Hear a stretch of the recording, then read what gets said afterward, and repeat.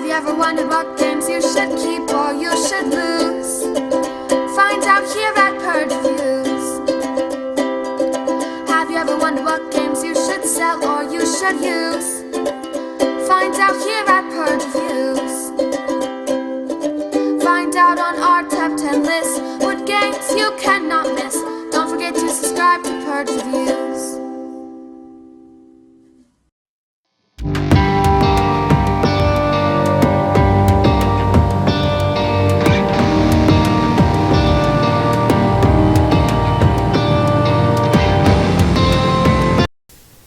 Midgard, not to be confused with the Champions of Midgard. This is an Eric Lane game, and what I believe is probably one of his first published games or early on in his publishing and designing life. Midgard is a game based on the fact that the world is ending and the Vikings are going crazy to get to heaven, right? So it's an area control game. You draft cards around the table, then you will utilize those cards either to put people on the board or attack people to get them off, or kind of this unique area control scoring system. I actually really like this game as a light area control game. I'm not a huge fan of area control games. I tend to want to like them more than I actually do like them. But this is one I really like. It's really simple. It's family weight. If you don't want to draft, you don't have to. You can just pass out the cards and let randomness dictate. But I feel like that this is a really fun little area control game. There's a few ways to score. You score for each of the little kingdoms that are there. There is an area on the top where you can go to that gives you 5 points for the majority. Another one that gives you like these little chits. You can pick two that you want. And there's Valhalla. And there's certain points on the board that will automatically kill all the Vikings there. And it kind of flushes the board. And you know where those are at before you place anybody, but they give you a lot of points to go there, but you're not going to have anybody there next round for the majority. So it's kind of a push and pull here. It's not the deepest of games. I mean, you kind of have to play the cards that are there. But after the first couple rounds, you just kind of throw some cards down. You start thinking about, okay, if I do this, do I think they have that? Because I saw the cards that go around, if you can remember that much. There are some interesting decisions in this one. I like Midgard a lot. It's one I keep going back to, and I've been playing it for years. It isn't something I bring to the table every single time. But I really think this is a family-level game. I talked about Eruption in a few reviews ago, where Midgard is one of those family-level games that I think families really could get into if they gave it a chance. It might be just a smidgen over that, but I really think that if you have a gamer family, this is one you could implement pretty easily. It has the very easy aspect of just putting people out on the board, which people tend to understand. I want the majority here. There's a certain amount of spaces, and you can do the math on that. Then you have the little attack where you can take dad's guys off the board, and the kids end up liking to do that.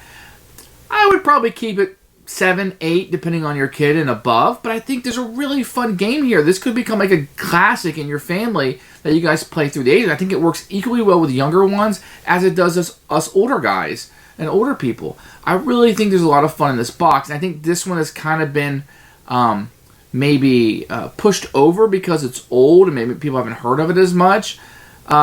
It brings a lot back. I can see Blood Rage being built on top of this. And if you had Blood Rage, do you need this? Maybe. This kind of scales all that back and makes this more of just like a simple little area control Euro. You don't have to have the minis and the paint them and all that kind of flash. This narrows it really down. You can see Blood Rage being built over top of this, but I think it's a really fun little Viking game.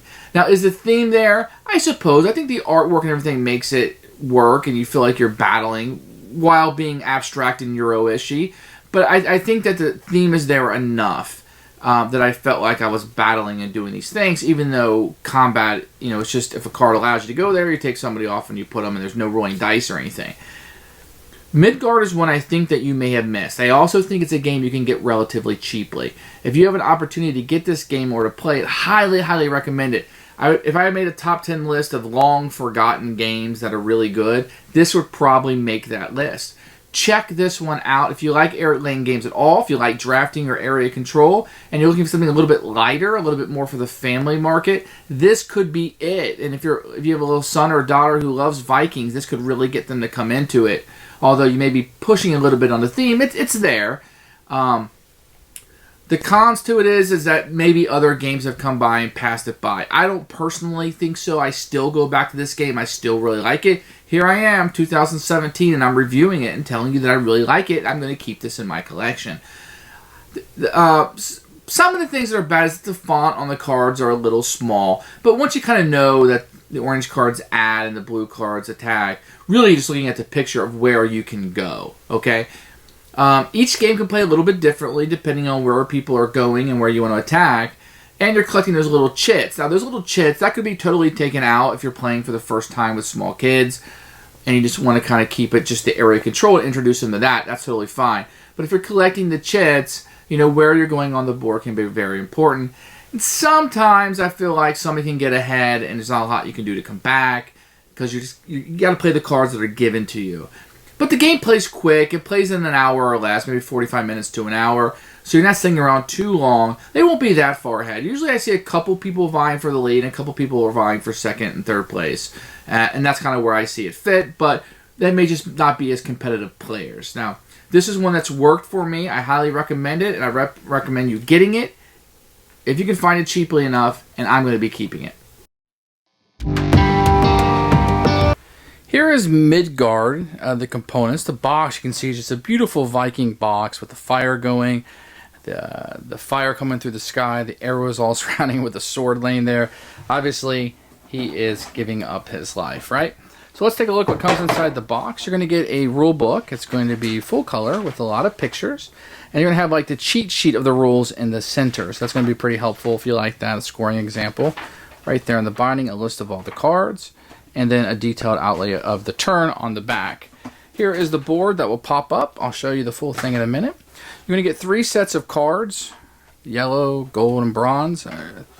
So these cards are pretty good. They're short, they're smaller. They're not exactly minis, but they're not exactly full size. They're pretty good because the area shows you where everything is going to go based on the board, and then what it does at the bottom. There's a lot of repeat in here, and then the bronze ones do very much like just put people on the board. The blue are going to be more the attack cards. Once again, a little paragraph at the bottom. It seems like it's pretty wordy, but it tells you everything you need to know, and then the picture where it's at. These are mostly going to be attack and hurt the other players. You're going to have the gold cards, which are like the most powerful cards. And they're going to do crazy things like score, give you the tokens that you need, etc. You're going to have these what are called Doom tokens that will be available. There'll be one for each place on the board. They're very thick, very nice, and very thematic with the fire going.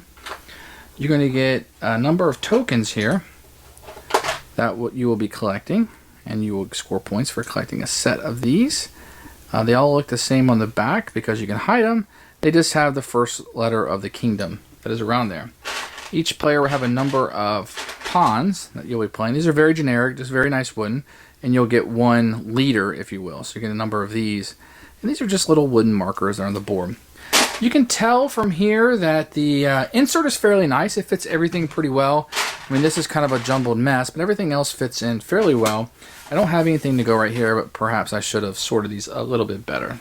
The last component is the board. You'll see this is the area that you're going to be playing in. It's going to be 3 kingdoms, 2, 3. And each one's made up of a few provinces. This one having 4 and these 2 having 3. These are the boats you bring your stuff in. And there's going to be 3 places in heaven that you can utilize up there for area control. The victory points go around the board, which is nice. This also tells you how many cards you play each round and the scoring. Pretty much everything you need to know is right here for the game. And the game is very bright and beautiful. Really like this board quite a bit. Great job there.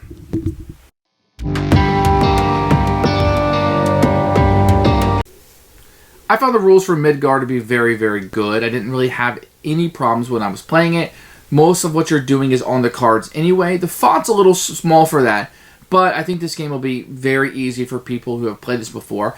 There is a drafting mechanism. I think that's fine. I draft every time I play, but you might not want to the first time, maybe play around. But if everybody can pick it up, if you're gamers, you're not going to have any problems. I'm talking about non-gamers or family type.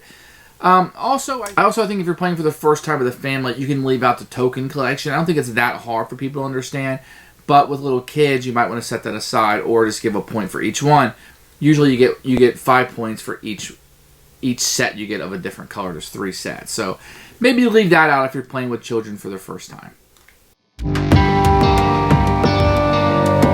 So at the beginning of a turn, what you're going to do is you're going to shuffle these tokens up, and you're going to deal 5. So it'll be random each round, and you'll put these out on the board. And they're magically placed all 5 on the board.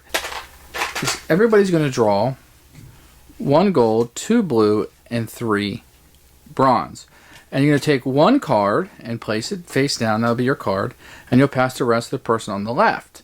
That person will take 1 card of this and pass it to the left while you're doing that. So you'll be drafting the cards. This is a game developed by Eric Lang, and you see that a lot. And then what you'll do is, on the first round, you're going to play 4 cards. The second round, you'll play 5. And the last card, you'll play 6. So being that I was dealt 6 cards, in the first round, I will play 4 cards. And 2, I'll be able to hold back. They won't be part of the draft next round. I'll be able to keep these when I'm drafting my cards, but they will be available for me to play next round. So this is an area control game. I'm going to kind of show you how a little bit how it moves. It's not that hard. On your turn, you're going to play a card. So let me just show you how some of these cards work. You can move any of your Vikings from anywhere on the board, and you can put them in this space or these 2 that are highlighted. I'll tell you what they all do when I explain scoring, but I'm just going to show you how it works. So you take any 2 people on your board, and you place them. I could place them in this spot. If you look, each place has villages inside, these little huts or buildings. So in this place, if you can see, only 3 huts, only 3 people can be placed here. And I got to place 2 because this card said so. So let's say the purple guy had played this card, which move any 2 of your Vikings anywhere on the board to an unoccupied space. So purple has to pick somewhere up in Mannheim, and he picks there and utilizes that card. And let's say it's the red's turn again, and they're going to play this card, which is New Warrior. Take 1 warrior from off your boat supply and place in your boat. So some cards, usually you're placing from your boat, but this one will allow you to take 1 from your supply. You're going to have 6 more in your supply. It allows you to put it on your boat, so you're getting it out on the board, and then take 1 of your guys from your boat and place it wherever you want. Say, I want to go there. And I could have placed anywhere on the board and up there. Well, let me show you what a couple other cards will do. So the orange ones are a lot about putting people out. Not a lot of conflict, just putting them on the board. Then you're going to have the blue ones. So let's say purple play this. Move 1 of your Vikings to displace an enemy warrior in Mannheim, Asgard, or Valhalla. So you can play up here in heaven, but I'm just going to show you. So what this one will allow me to do is take 1 of my guys, place it where red was, and put him in Valhalla. I just killed him. That's how combat works. And the red could do the same thing. So move 1 of your Vikings to displace an enemy warrior. So it's the same exact card. Very easy. Just take 1 off and throw it there. And he is dead in Valhalla. Now these yellow cards will do different things. So take up to 2 warriors from your off-board supply and move them to any unoccupied village. So I could just take 2 off and put it there. These will sometimes give you the tokens. Sometimes they'll let you score an area on the board before scoring happens. So these gold ones are very, very, very powerful. So let me kind of show you how scoring is going to happen. So that part of the game is pretty easy, just placing people on the board. But to understand scoring is to understand how the game works. So I'm going to put this up here and just kind of show you how it scores. So let's say purple was here, and I'll put a red guy there, just to signify. So you're going to go each kingdom, 1, 2, 3, and score them individually. So inside of a kingdom, if you are able, let's say the blue, because blue has 4 spots. If you were to control all 4 of these spaces, you would get 20 points. If you controlled only 3 of them, you would get 12. 2 of them, you would get 7. And 1, you would get 3. So this area up here only has 3. Right now, red has the majority here, 2-0. Here, purple has a majority, 2-1. Up here, it seems to be a tie, 1-1. Except for your big guy. Your leader is worth 1.5. So he's always going to break a tie. So up here, purple actually has the lead. If this had been a small guy, purple, and we had tied, nobody would have got it. But in this case, he had his leader out, so purple's going to get it. So purple has 2 areas. And it's right here, print on the board. He would get 7 points. Red has 1, so he would get 3. Now, also, in these tokens. And because purple had 2 areas, he's going to get 2 of these tokens, and red is only going to get 1. So purple will get 2, and red will get 1, and this will be going to your personal display, by you, and go empty. So that's kind of how that works. Just area control. If you had the majority in Asgard, you would immediately get 5 victory points, and if you had the majority in Vanaheim, then you would get 2 tokens of any choice that you want. Down here you get the blue ones, and down here you get the gray ones. That's how that scoring works. Now, if your guys happen to be in a place where there's a doom token, and you know this before the turn, your guys will die, and you will get 2 victory points for each guy that dies. So here, because there's a doom token, these guys would give me 4 points. Purple would get 4, and red would get another 2, and these guys would each get 2 points each. So if where a doom token is, they will die and go to Valhalla. And that kind of clears the board out a little bit. And then you score for 1 point for each person in Valhalla. So purple get 1, 2, 3, 4 points for Valhalla, and 1, 2, 3, 4, 5 for red. After that, they all come back to their boats. And they are reborn and ready to fight again, but they're not on the board. Now, if you had been in a place that did not have the doom token, those guys not die on Valhalla, they just stay there. So they're already there for the next round, ready to score you more points for area control. The only way they come off the board is if you go somewhere where there's a doom token or somebody attacks you and knock you off.